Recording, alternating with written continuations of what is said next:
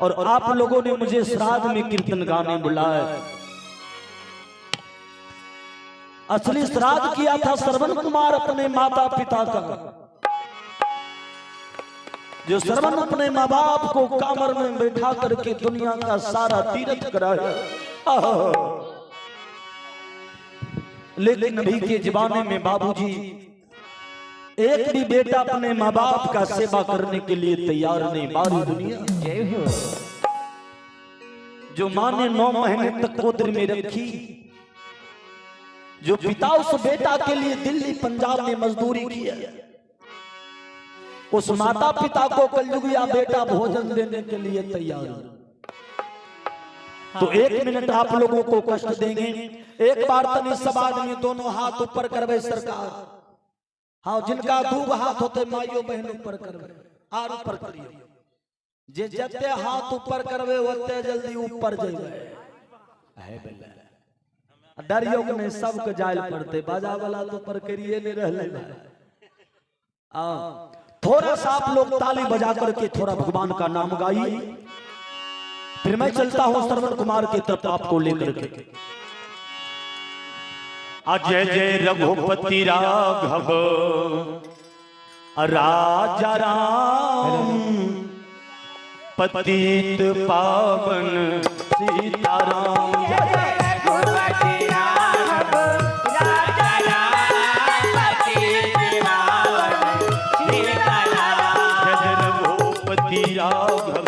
राजा राम पतित पावन सीताराम।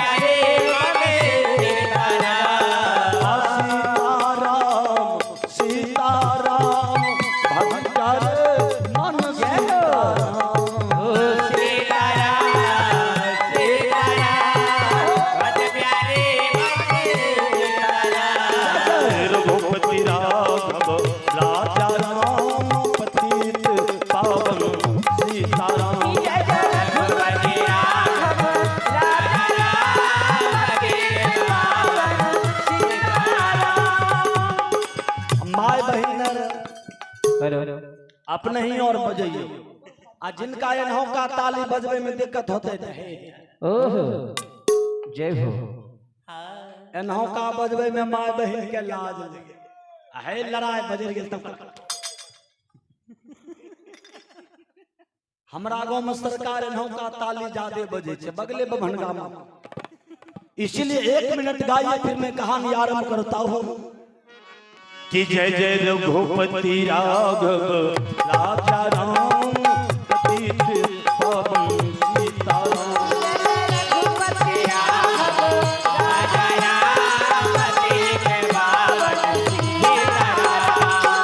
अल्लाह ईश्वर तेरे नाम, सबको सुमति दे भगवान।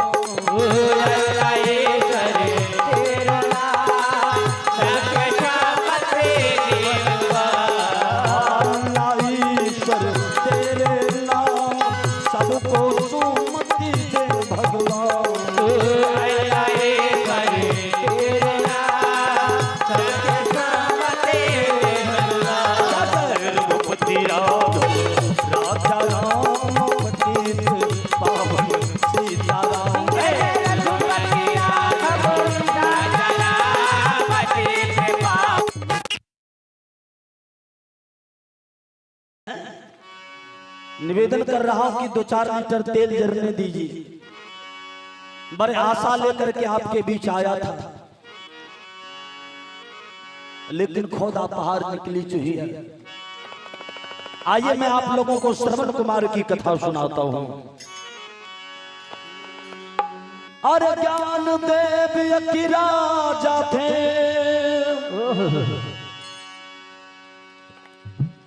अरे नामी बरे दानी बरे,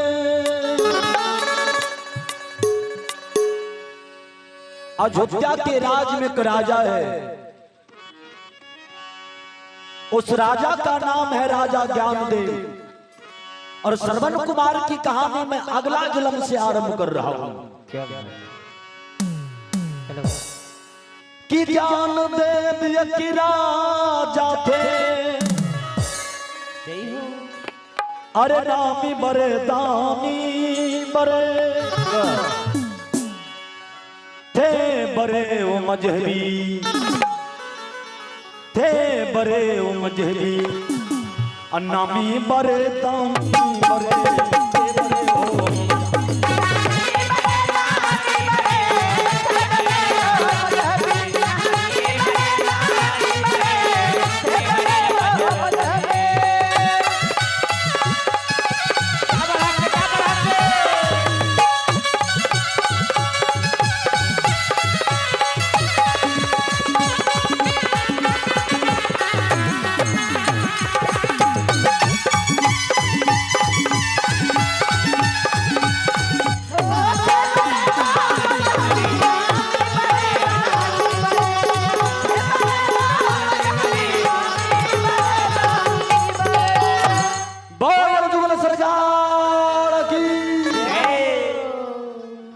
और ये हमारे चंदन कुमार जी ये जे राम बाबू के लड़का है। 3 नंबर वाला कि 4 नंबर? 3 नंबर देखा है। राते में आप लोगों को सुना चुका हूं कि माए बाप का आग दे छे बर के ने तो छट के, बीच वाला का तो कोई मायने नहीं छोबा, हमू है बीचे वाला। देखिए, और ये चंदन कुमार जी की ओर से अपने पिताजी के विदाई युग में माल्यार्पण किया गया, साथ ही साथ 51 रुपए का दान है स्वर्गीय जे राम बाबू की आत्मा की शांति सद्गति के लिए। बहुत बहुत धन्यवाद है, भगवान ने सुखी रखे। मैं चर्चा कर रहा था, अयोध्या के राज गद्दी पर एक राजा बैठा, उस राजा का नाम है राजा ज्ञानदेव।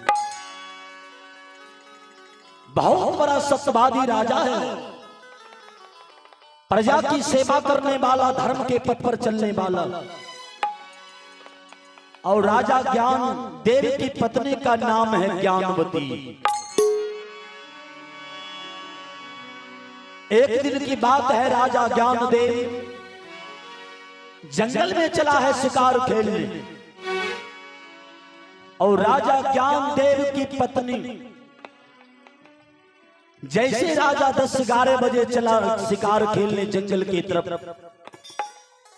राजा ज्ञानदेव की पत्नी ज्ञानवती 12 बजे दिन में घर के अंदर पलंग पर सो रही है। शास्त्र का प्रमाण है कि घर में 12 बजे दिन में औरत को भूल कर नहीं सोना चाहिए जी। जिस घर में अगर 12 बजे दिन में औरत सोती है, उस घर से लक्ष्मी विदा हो जाती है। हिनकर कन्या तो बाहर दिन बिलैया ठोकने रहे। देखिए, शास्त्र का प्रमाण है कि मां बहन को भूल कर 12 बजे दिन में सोना नहीं चाहिए। राजा की पत्नी जो ज्ञानवती सोई है, सपना में देखती है कि ज्ञानवती पलंग पर सोई है और एक काला नाग, काला सर्प ज्ञानवती को डसने के लिए आज चला है। वो काला नाग धीरे धीरे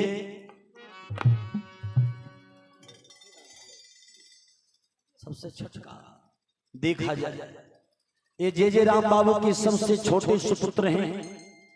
बड़ा सुंदर नाम है गोलू कुमार जी। इनके तरफ से अपने पिताजी के विदाई जग में 101 रुपये का दान है, साथ ही साथ फूल की बनी हुई संजोग की माला अर्पित किए हैं। बहुत बहुत धन्यवाद, भगवान इनको सुखी रखे, सपरिवार आनंद जीवन व्यतीत हो, यही मंगल कामना करते हुए आगे की चर्चा। काला नाग खिड़की से प्रवेश किया और काला नाग सोचा कि राजा है धर्मात्मा, और राजा की पत्नी 12 बजे दिन में सोई, आज इस पापनी को छोड़ेंगे नहीं, इस पापनी को जाकर के आज डस लेंगे, मर जाएगी अच्छा होगा। नहीं तो इसी औरत के चलते राजा के घर में दरिद्र प्रवेश कर जाएगा, राजा गरीब हो जाएगा। अरे ये धर्मात्मा राजा पत्नी के चलते ये दरिद्र हो जाएगा। काला नाग जो चला है डसने के लिए, छप्पर से धीरे धीरे जा रहा है। रानी ज्ञानवती सपना देख रही है और ठीक रानी जो पलंग पर सोई थी छप्पर के सामने में आकर जैसे वो काला नाग छलांग लगाना चाहा, ज्ञानवती की आंख खुल गई। ज्ञानवती पलंग से छलांग लगाती है नीचे और जैसे ज्ञानवती छलांग लगाती है नीचे, तब तक में बाबूजी काला नाग भी पलंग पर कूद पड़ा। रानी चिल्लाने लगी, पतिदेव बचाइए पतिदेव, नहीं तो ये काला नाग मुझे डस लेगा पतिदेव। यदि ये काला नाग डस लिया तो मैं मर जाऊंगी। काला नाग भी पलंग से नीचे छलांग लगा दिया रानी को डसने के। रानी जी कमरा के चारों तरफ घूम रही है, चिल्ला रही है, और काला नाग भी धीरे धीरे डसने के लिए पीछा कर रहा है। रानी चिल्लाती, पतिदेव बचाइए, नहीं तो ये काला नाग मुझे डस लेगा पतिदेव, मैं मर जाऊंगी पतिदेव। फिर कल से कौन पत्नी आपकी सेवा करेगी, कौन पत्नी आपका ध्यान रखेगी। संजोग ऐसा था कि राजा भी आज लौट चुका है। आधे रास्ते से राजा जो लौटा, जैसे घर गया तो रानी चिल्ला रही थी। राजा देखा खिड़की से, रानी जी कहा कि पतिदेव जल्दी दरवाजा को तोड़िए, नहीं तो काला नाग डस लेगा। राजा ने सिपाही को कहा दरवाजा को तोड़ दो। दरवाजा को तोड़ दिया गया और जैसे राजा अंदर जाते हैं को राजा के चरण में रानी गिर पड़ी। काला नाग जैसे राजा को देखा तो खिड़की से निकल करके वो सर्प भागना शुरू किया। भाग रहा है काला नाग। रानी जी राजा से कहा, पतिदेव एक काला नाग को पतिदेव मार दीजिए, पतिदेव इस सर्प को। यदि ये सर्प जिंदा रह गया तो कल फिर जब आप जाइएगा शिकार खेलने और ये काला नाग आकर के मुझे डस लेगा, पतिदेवी काला नाग को मार दीजिए। राजा ने सिपाही लेकर कहा, सिपाही सर्प का पीछा करो।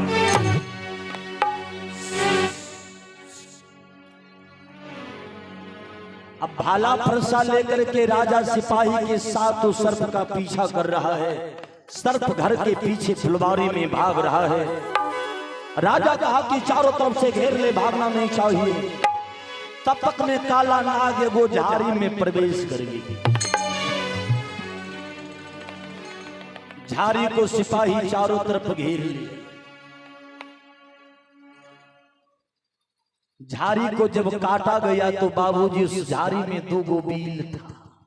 देखिए 2 गो बील है। राजा कहा, सिपाही इसी बील में लगता है कि सर्प प्रवेश किया है। एक काम कर, आग का मसाल बनाकर के इस बील में लगाओ। इस बील में सर्प को मार देंगे। एक आग का मसाल बनाया गया, देखिए, और उस बील में राजा सोचा घुसाओ। अब राजा सोचने लगा ई बील में है कि ई बील। राजा सोचा इसी बील में होगा और उस बील में आग के मसाल को राजा अपने हाथ से घुसाता है। वो बील में बाबूजी सर्प नहीं है। वो बील में कौन है? 2 बेजुबान जानवर, छुछुंदर छुछुंदरानी, दोनों प्राणी उस बील में। छुछुंदरानी प्रसव पीड़ा से प्रीत, छुछुंदरानी मां बनने वाली है। वो बेजुबान जानवर सुंदर पत्नी का रखवाली कर रहा है।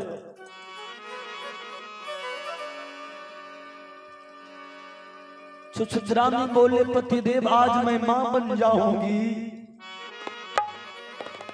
सुंदर कहा पगली मैं भी तो बाप बन जाऊंगा।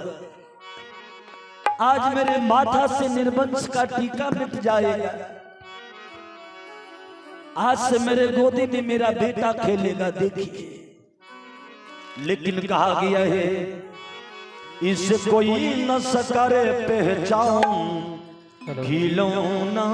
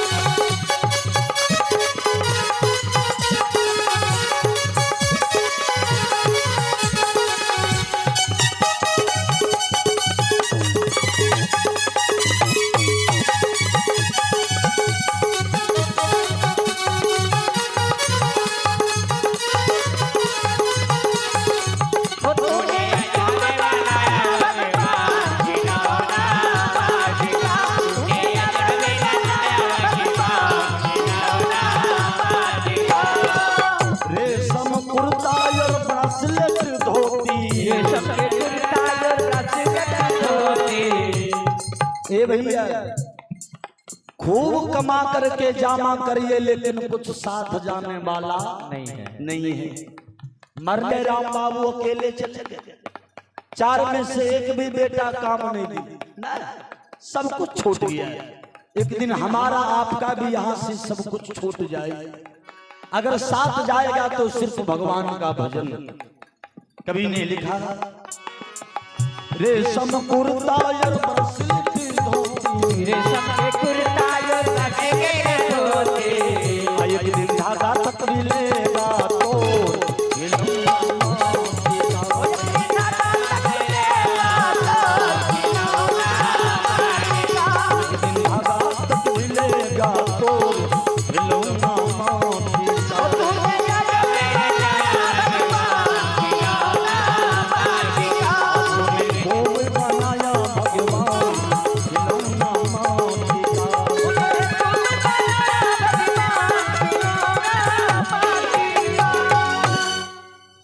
जय बाबू जी आग का मसाल जो अंदर घुसाया, बील में कौन छुछुंदर छुछुंदरानी, दोनों प्राणी जो बातचीत कर रहा था। आग की गर्मी जब अंदर गया तो छुछुंदरानी तब तक में बच्चे को जन्म दे रही है।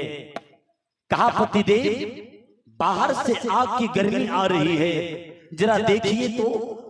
जैसे आगे छुछुंदर बढ़ा तो देखा उधर से आग का मसाल किसी ने बील में धकेल रहा।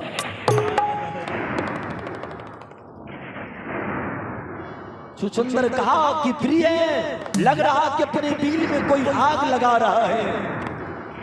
छुछुंदरानी बोले पतिदेव आज तक हम दोनों प्राणी किसी का कुछ बिगाड़े नहीं है, आज तक किसी का हम अपराध नहीं किए हैं, तो फिर मेरे घर में आग क्यों लगाया जा रहा है।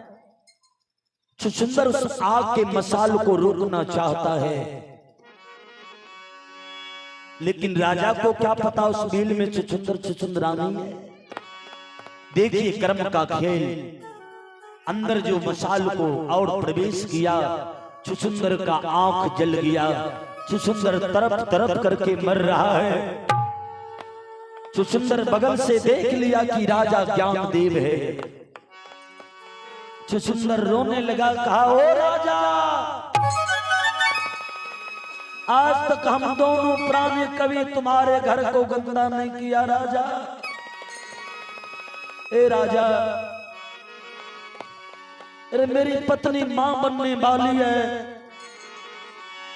अगर तू मेरा प्राण 2 घंटा के बाद अगर लेता तो मैं हंस हंस करके अपना प्राण गमा देता। कम से कम मुझे बाप बनने देना चाहिए तुझे, कम से कम हम बेटा को दुलार कर लेता, प्यार कर लेता। इतना कहा करके छुछुंदर श्राप दे रहा है राजा को। रोते छुछुंदर कहा, रे पापी मालिक, रे पापी तू दुख पाएगा,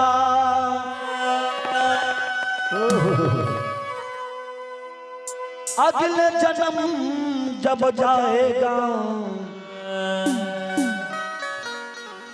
अरे अगले जन्म तू जा करके पुत्रहीन बन जाएगा,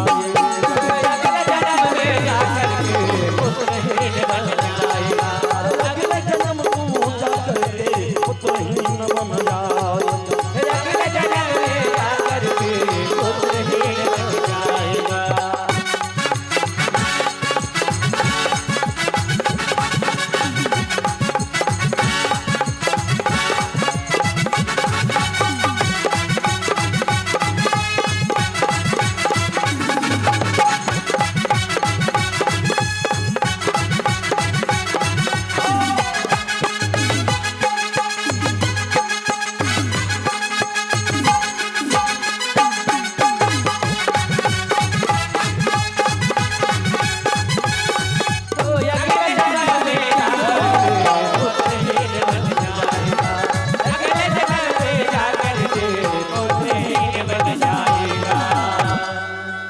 छुछुंदर मर रहा है और श्राप दे रहा कि जा रे राजा ज्ञानदेव,